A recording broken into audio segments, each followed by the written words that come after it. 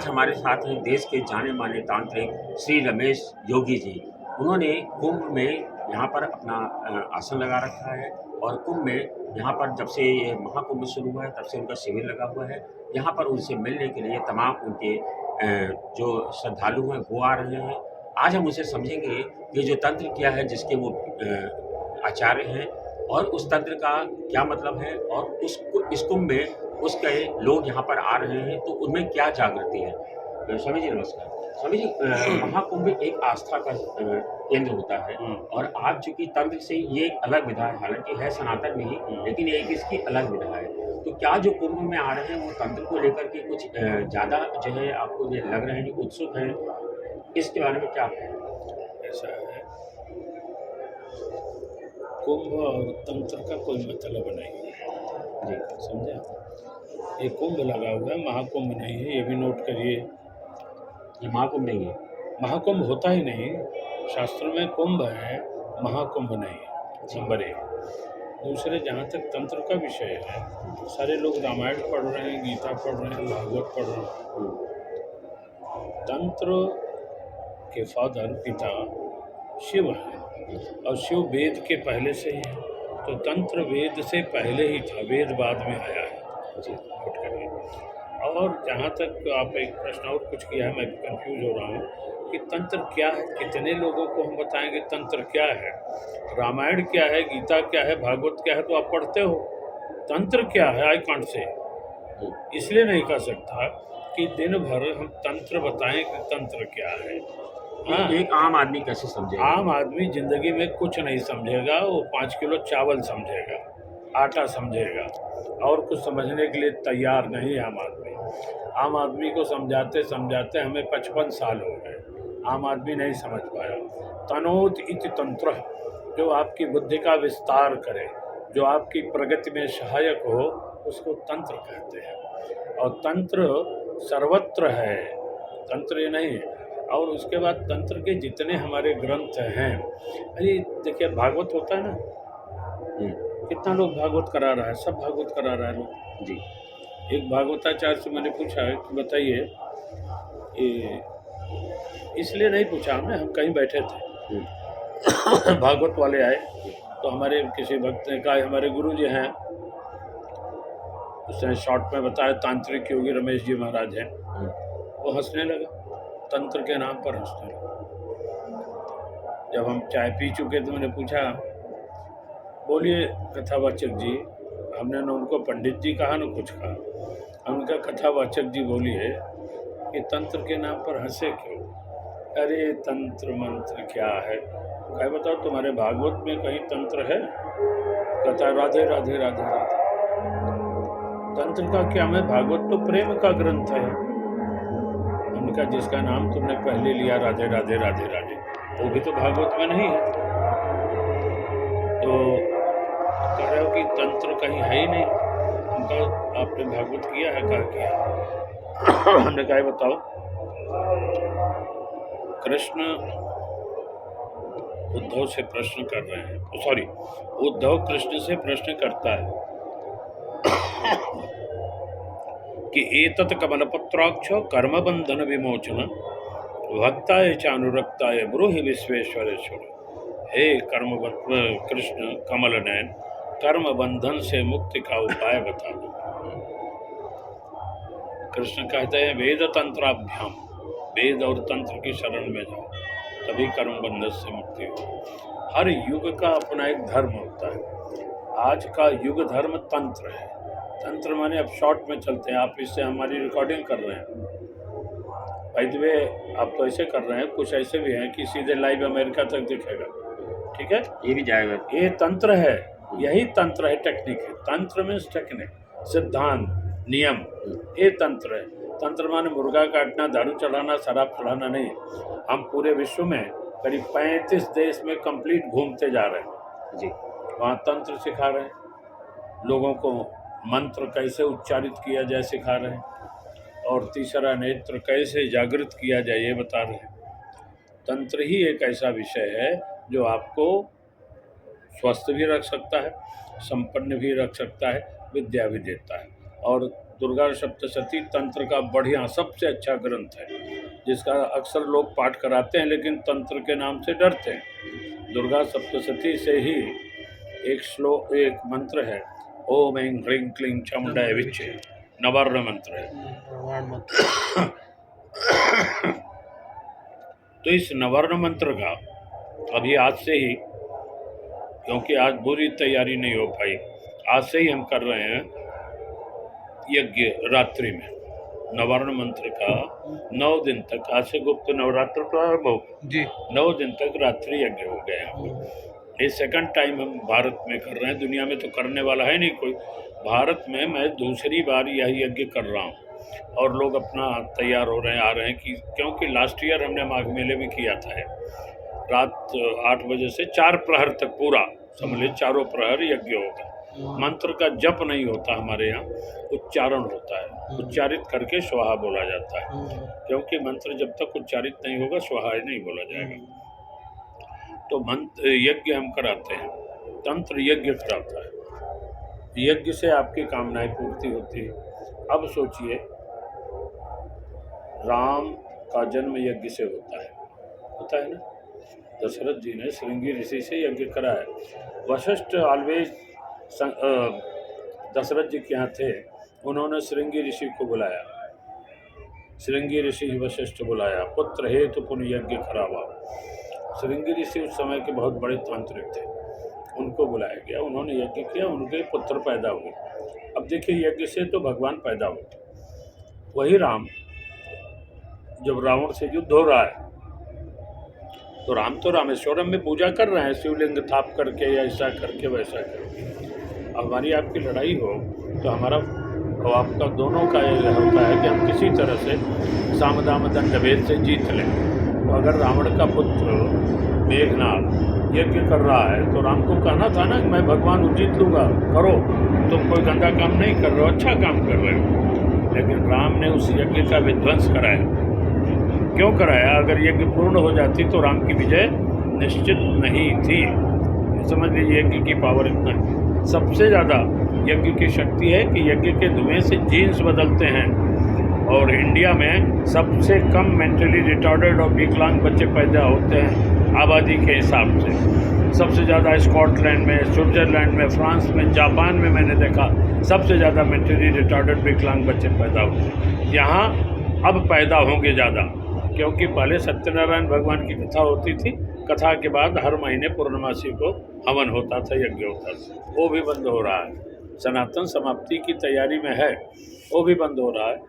तो यज्ञ तो बंद ही हो रहा है, केवल भागवत करके राधे राधे करके नचाने का काम चालू है। योगी जी, आप ये बताइए, जैसे आम आदमी होता है, तो चूँकि आपकी ये जो तंत्र की जो दुनिया है, ये लोगों में बहुत सस्पेंस क्रिएट करती है। तो जो आम आदमी होता है वो कैसे समझे कि वो तंत्र से प्रभावित है या नहीं? अगर है तो उसकी क्या पहचान होती है और उसके लिए क्या उसको उपाय करना चाहिए? इसके लिए, सस्पेंस के लिए यू आर रिस्पॉन्सिबल।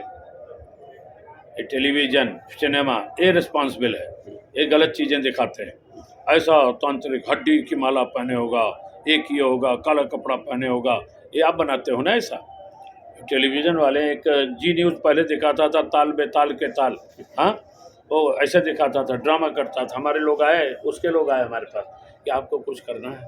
तो क्या करना है? कहा वहाँ श्मशान घाट पे चल करके ऐसा ऐसा करना पड़ेगा, आपका 20 मिनट 40 मिनट कब का है? उनका ऐसा है, तंत्र का नियम है कि गोप्यम गोप्यम अति गोप्यम। एग्जीबिशन प्रदर्शनी हमें नहीं लगानी है कि हम ये कर रहे हैं, प्रदर्शन नहीं करना है, आप जाओ। अब इस तरह से दूसरा आदमी तैयार हो गया, कोई भी तैयार हो जाता है, जाके मुर्दा पड़ा है उससे खेलने लगेगा, ड्रामा करने लगेगा, वो तांत्रिक साधना कर रहा। श्मशान में कोई साधना वाधना नहीं होती। श्मशान का मूल मतलब है, भगवान शंकर कहते हैं कि दिस प्लेस इज, यह स्थान सत्य का स्थान है। यहाँ आके अनुभव करो कि सत्य क्या है, यहाँ अनुभव कराया जाता है कि सत्य क्या है। अब वहाँ जाकर साधना कर रहे हैं, अब बाहर निकल रहे हैं, पैसा मांग रहे हैं। ये चीज़ नहीं होनी चाहिए ना। नहीं तो ये स्वामी जी, मैंने जो आपसे सवाल पूछा, आम आदमी कैसे समझे कि वो तंत्र से प्रभावित है और उसके क्या उपाय करने चाहिए? तंत्र से प्रभावित कैसे होगा? आम आदमी को गलतफहमी आके कहता हमारे ऊपर तंत्र कर दिया। तंत्र माने टेक्निक कर दिया, नियम कर दिया। आदमी को ज्ञान ही नहीं है, जबकि उसके बारे में जब ये लोग बताएंगे नहीं, जो कथावाचक वगैरह हैं जो जानते हैं, तो उनको तो इंटरेस्ट है नहीं इसको बताने में, क्योंकि साइंस है, साइंस बताने से क्या होगा। एक कथावाचक एक दिन कह रहा था, स्वामी जी मैं आपको बीच में रोक नहीं चाहता हूँ, ये मतलब ये लोग तो ऐसा कोई नहीं कि कोई अपने आप को समझे कि हम तंत्र से प्रभावित है, तो ऐसा कुछ होता नहीं। भाई तंत्र से क्यों प्रभावित होगा? तंत्र माने सिद्धांत, नियम। तंत्र से प्रभावित है ना, जैसे पब्लिक कहे कि शासन तंत्र खराब है, तो प्रभावित हुआ किससे? शासन तंत्र से, व्यक्ति से नहीं प्रभावित। कहा पुलिस तंत्र बहुत खराब है, तो पुलिस से प्रभावित हुआ ना। तंत्र कहाँ आता है यहाँ पर? तंत्र आप अलग क्या विद्या क्रिया है, कराते हैं तंत्र अलग विद्या है। क्या करते हैं? जैसे आप तांत्रिक है ना, तो आप क्या करते हैं? जैसे कोई आम आदमी आए आपसे, तो आप यार आदमी तो आप ही आए हो। हाँ जैसे हम आए, तो क्या करूं बताइए? जैसे मैं आपसे कहूँ कि मैं परेशान हूँ, तो आप हाँ। क्या कैसे हम बताएंगे? पूछेंगे आपसे क्या परेशानी है। हाँ। हम पशु के चिकित्सक नहीं हैं कि केवल परेशानी कहने पे हम जैसे परेशानी मान जान लीजिए लें। मैं एक एग्जांपल के तौर हाँ, पे आपसे एग्जाम्पल पूछ रहा हूँ, जैसे मान पूछिए। लीजिए मैं कहूँ कि मैं परेशान हूँ, मेरे कोई काम नहीं बन रहा है, मैं परेशान हूँ, इस तरह के कौन लोग कौन सा काम नहीं बन? जैसे मैं एक्सक्यूज मी, बहुत सारे लोग डकैती करना चाहते हैं, नहीं जैसे सफल मैं हो रहे अखबार हैं। चला रहा हूँ, मान लीजिए सफल नहीं हो रहा हूँ, मान हाँ। लीजिए एक उदाहरण के तौर पे। हाँ, तो अखबार विद्या से संबंधित है, हम्म, एजुकेशन से संबंधित है। इसमें सरस्वती का अनुष्ठान, साधना, आराधना कराई जाए, वही मैं समझना उससे चाहता हो हूँ। जाए।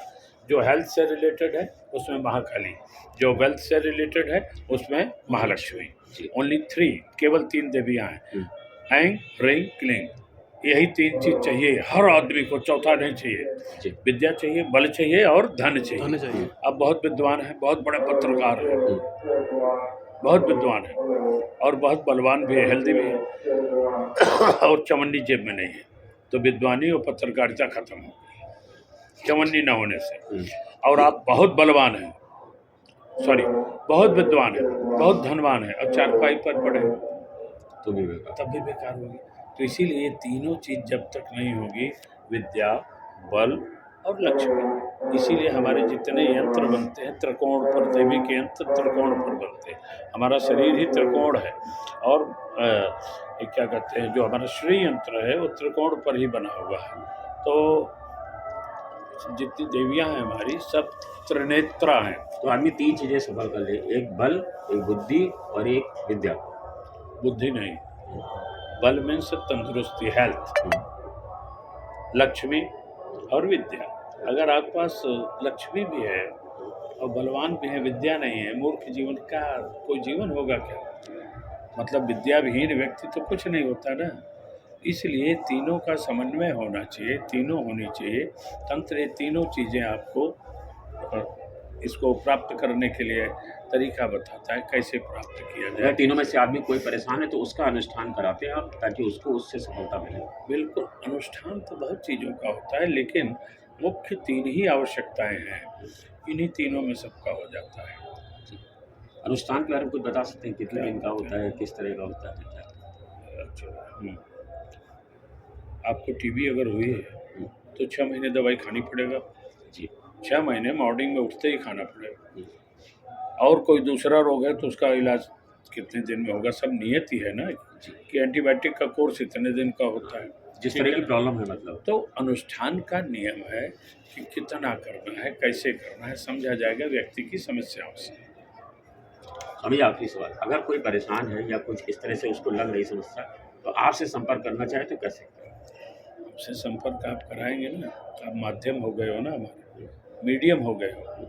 मीडियम बहुत अच्छी चीज़ होती है, मीडियम बहुत अच्छा बात है। आप संपर्क कराओगे, अगर आप चाहो तो नंबर बोल देते हैं हम। आप नंबर बोल दीजिए अपना। 8318090890, 8318090890। इस पर आप हमसे बात कर, लेकिन हमें नहीं बताएंगे। अक्सर फ़ोन करने लगते हैं, भैया महाराज जी हमारी भैंस खो गई है, बता दीजिए। तो ये सब हम बताने वाले नहीं। आप अपनी समस्या, कुछ विद्या के बारे में जानना चाहिए और किसी मतलब अध्यात्म की तरफ चलिए, तो हम उसको बताएंगे।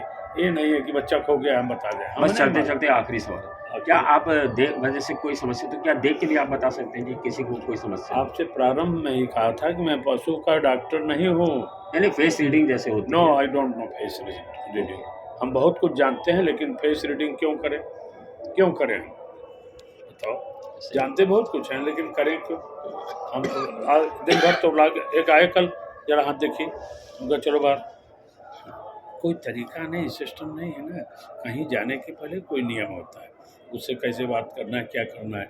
हम इंग्लैंड में थे, एक हमारा परिचित डॉक्टर था, उसने किसी दूसरे डॉक्टर से कहा कि गुरुजी आए हैं, आप मिल लो। उसने हमको फ़ोन किया, उसने कहा आई वांट योर 10 मिनट। हम कहा I will give you 20 minute, 30 minute, you are welcome. कहा no no, I want only 10 minute, what is your fee for 10 minute. अभी देख लीजिए, और यहाँ क्या है, अहम है लक्ष्मी का। यहाँ क्या अहम, उसको अहम, व्हाट इज योर फी, आपकी फीस कितनी है 10 मिनट बात करने की। उसको लक्ष्मी का घमंड तो नहीं है, वो चाहा कि आपसे कोई काम लेगा तो फीस देगा ना। ये लक्ष्मी का घमंड कहाँ कहेंगे इसको। व्हाट इज योर फी, आप पत्रकारिता करते हैं, तनख्वाह लेते हो, अगर कहीं करते हो तो वो तो वही तरीका है ना कि व्हाट इज योर फी, आपसे हम कुछ देर एक काम चाहते हैं, आपका फीस क्या है, ये पूछ रहा है ना, व्हाट इज योर फी। ठीक है ना, बस धन्यवाद, हरिओम। ये थे रमेश चंद्र योगी जी, जिन्होंने अपने तंत्र के बारे में विस्तार से बताया। अगर आप भी किसी तरह की किसी प्रक्रिया से प्रभावित हैं तो आप तांत्रिक रमेश योगी जी से संपर्क कर सकते हैं। धन्यवाद, शुक्रिया।